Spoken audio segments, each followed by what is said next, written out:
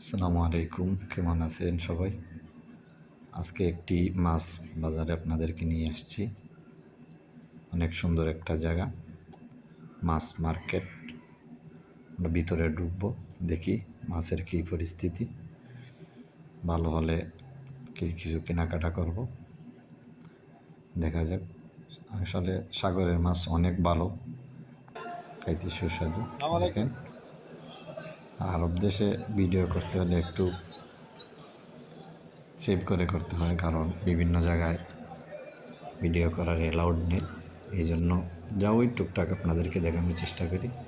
এই হলো সাগরের মাছ, খুব সুন্দর মাছ, খুব সুস্বাদু, অনেক রেট এই মাছের, খুব সুন্দর। আপনারা কি এই ধরনের মাছ কি দেখছেননি? সাগরের পাশে যারা আছেন সাগরের মাছ চিনবেন অবশ্যই।